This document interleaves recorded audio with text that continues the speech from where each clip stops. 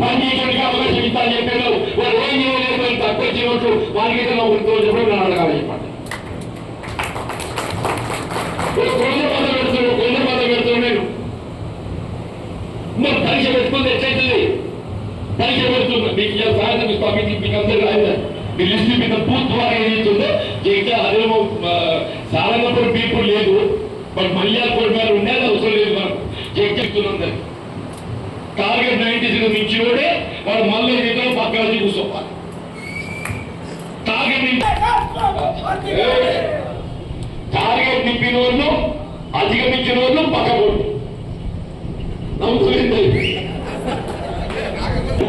అది వీళ్ళ కేవలం రాకుండా ఎదురున్నట్టు నేను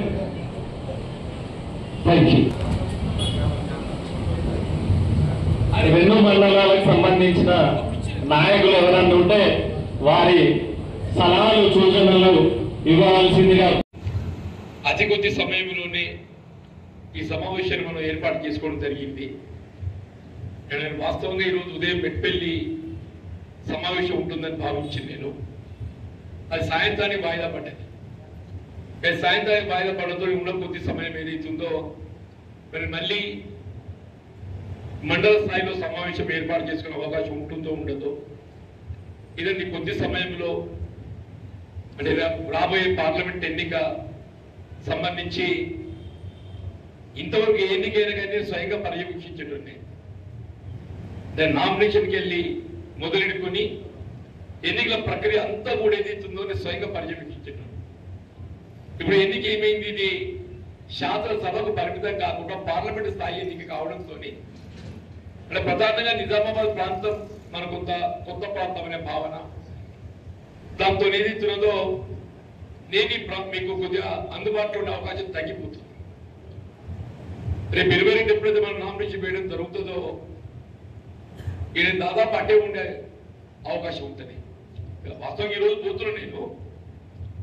నామినేషన్ కూడా అక్కడే ఉంటాయి. 21 నాడు అక్కడే ఉంటా, అక్కడే ఉండి నామినేషన్ భర్తీ చేస్తాం, కార్యక్రమం అంతా అక్కడికి వెళ్ళి నడుస్తాయి. కాబట్టి ఇంతవరకు ఏదైతుందో మీరందరికీ నేను ఒక పెద్ద మనిషిలాగా సూచనలు మార్గదర్శకం ఉండే అవకాశం ఉండేది. ఇప్పుడు సూచనలు మార్గదర్శకం తగ్గిపోతుంది. ఆ సూచనలు మార్గదర్శకం తగ్గిపోతుంది. ఈ భవిష్యత్తు ప్రణాళిక అనేది ఏదైతుందో మీరు సమన్వయం చేసుకొని, ఇప్పుడు అందరూ కూడా వీళ్ళు అనుభవికులు ఉన్నారు. వీళ్ళందరూ ఎవరికి కొత్తలు కాదు.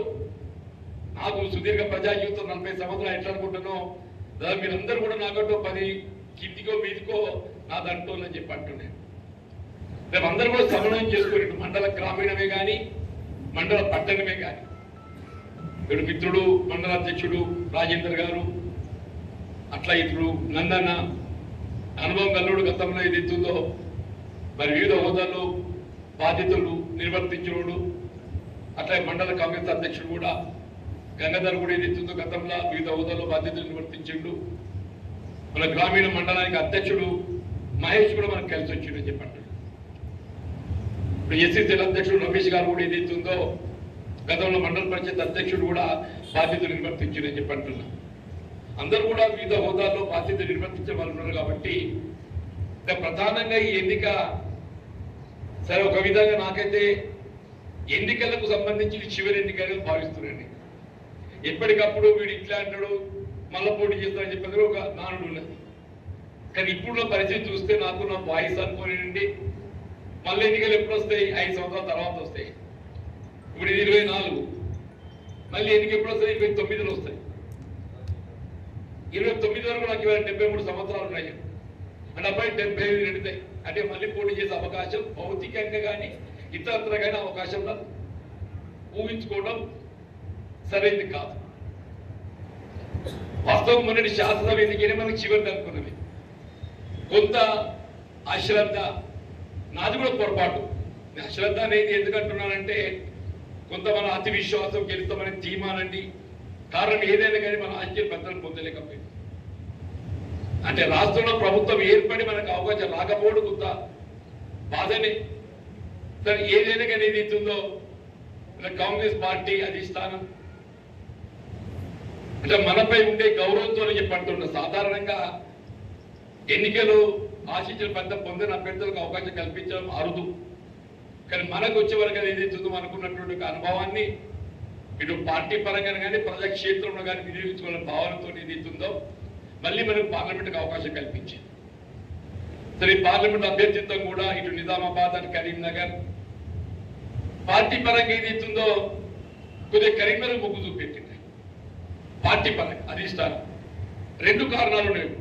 ఒకటి, కరీంనగర్ నుండి ఏదైతుందో కాంగ్రెస్ పార్టీ శాసనసభ ఎన్నికల ఫలితాలను పరిగణలోకి తీసుకుంటే మనకు గెలుపు అవకాశాలు ఎక్కువ ఉన్నాయి. అలా 4 శాసనసభ్యులు గెలవడమే కాకుండా ఎన్నికల ఫలిత ఓటు పర్సెంటేజ్ తీసుకుంటే మనం 5 లక్షల పైచిలకి పరిమితమై మన గతంలో 2 పర్యాయాలు పార్లమెంట్ సభ్యుడే పోటీ చేయడంతో ఆ ప్రాంతం అంతా సుపరిచితం. మన మంత్రి కూడా పనిచేసినాం కాబట్టి. సరే, నాకు ఈ జగిత్యాల మన నియోజకవర్గం ఏదైతుందో నిజామాబాద్ పార్లమెంట్ లో అంతర్భాగం కావడంతో కరీంనగర్ పోటీ చేస్తే జగిత్యాల నాకు దూరం అయిపోతుంది. నాకు జగిత్యాల ప్రాతినిధ్యం వహించే అవకాశం నేను కోల్పోతాను. నాకు ఈ ప్రాంతంతో అనుబంధం అనుకోండి, మీరు కారణం ఏదనంటే నా గెలుపు కూడా ఏదైతుందో అవకాశాలు మేలుకుంటాయి. ఎందుకో జగిత్యాల అనేది ఏదైతుందో ఇంతకాలం నాకు ఉన్నటువంటి అనుబంధంతో నాకు రాజకీయాలకు అతీతంగా అండగా నిలబడుతున్న భావనతో నేను నిజామాబాద్ ఎంచుకున్నాను చెప్పండి. నేను ఇవాళ కూడా చెప్పండి, నేను 1996 96 నేను 94 ఎన్నికల్లో ఆశించిన పెద్ద పొందలేదు. అప్పుడు రమణ గారు ఎమ్మెల్యే గెలిచింది. ఆయన పార్లమెంట్ గెలిచిన తర్వాత మన శాసనసభ ఉప ఎన్నిక వచ్చింది. ఆ ఉప ఎన్నిక సందర్భంగా ఏదైతుందో అప్పుడు రాష్ట్రం అంతా తెలుగుదేశం ఒక ప్రభుత్వము అంటే కొంత ఆధిపత్యం ఉండే తెలుగుదేశంకి. కానీ 96 మన దగ్గర మాత్రం ఏదైతుందో రాష్ట్రం అంతా తెలుగుదేశం ప్రపంచం ఉంటే మాత్రం జగిత్యాల ఏదైతుందో కాంగ్రెస్ పార్టీ నిలబెట్టింది ఈ ప్రాంతం అని చెప్పారు. అప్పుడు చంద్రబాబు నాయుడు గారు ప్రతిష్టాత్మకంగా తీసుకున్నాడు. ఎక్కడికొచ్చి జీవన్ రెడ్డి కూడా చూడాలి అని మొదటికెళ్ళి కూడా ఏదైతుందో నేను గట్టిగా మాట్లాడతా అందరూ అనుకుంటారు రేపు మెత్తోడు అని చెప్పాను. నేను బయట మీద గట్టి ఇక్కడ మెత్తగా ఉంటా మీతో, కానీ బయట మీద గట్టిగానే ఉంటా. ఉన్నది మాట్లాడతా. పార్టీ ఆలోచన విధానాన్ని ఏదైతుందో నేను నా అభిప్రాయాన్ని ఏదైతుందో నేను చాలా ఖచ్చితంగా చెప్తాను. నేను అప్పుడు ఏదైతుందో రాజకీయాలకు గల్ఫ్ కార్మికుల సమావేశం ఏర్పాటు చేసింది. పాపం దేశం పక్కపోతారా, ఎవడో పెన్నా విడిచిపెట్టిపోతారా?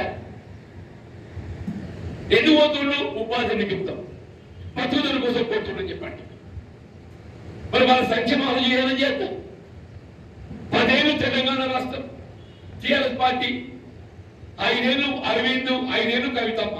ఏమి గల్ఫ్ కార్మికుల సంక్షేమాలతో చెప్తున్నా నేను. చనిపోయిన కుటుంబాన్ని ఆదుకోవడానికి ఆర్థిక సహాయమే కాదు, వాళ్ళ పిల్లలకి ఏదైతే విద్యా సదుపాయం, గురుకుల పాఠశాలల్లో వైద్య సదుపాయం, ఇండ్లు లేని వాళ్ళకి ఇండ్లు, వాళ్ళకి ఏ విధమైన ప్రాధాన్యతను కల్పింపజేయడం నా బాధ్యత అని చెప్పండి. బీడీ కార్మికులు కటాఫ్ డేట్ పెట్టిన 14, ఏ కటాఫ్ లేకుండా మొత్తం బీడీలు చేసి ఆడబిడ్డలకు అందరికీ ఏదైతుందో 4,000 పెన్షన్ ఇచ్చే బాధ్యత నాది అని చెప్పాను. ఇవన్నీ ప్రజలకు చేరవేయాలి, ఇవన్నీ ప్రజలకు చేరవేయాలంటున్నా. రుణమాఫీ నేను కలిపి చేస్తా చెప్పంటున్నా. వాడు బీజేపీ రైతులు చెప్తారు, ఎవడన్నా చెప్పగానే కాదు. రైతుల గురించి దేశంలో ఆలోచన చేసే పార్టీ కేవలం కాంగ్రెస్ మాత్రమే చెప్పంటున్నా. వ్యవసాయ ఉత్పత్తుల మద్దతు ధర, రుణమాఫీ, పెట్టుబడి సౌకర్యం, బీజేపీలో ఉన్న ఎలక్షన్ మేనిఫెస్టో చూసిందే. మేము రైతులు సంవత్సరానికి 6,000 ఇస్తా చెప్తుండే. నీకు ఎంత ఓల్డ్ ఉండని 5 ఎకరాలు ఉన్నా వాడి మ్యాక్సిమం ఇచ్చేది ఎంత? 6,000.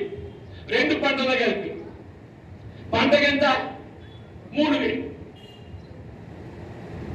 5 ఎకరాలకు ఇచ్చిన ఇప్పుడు 5,000 అమలైంది అంటే 5,000 పంటకు.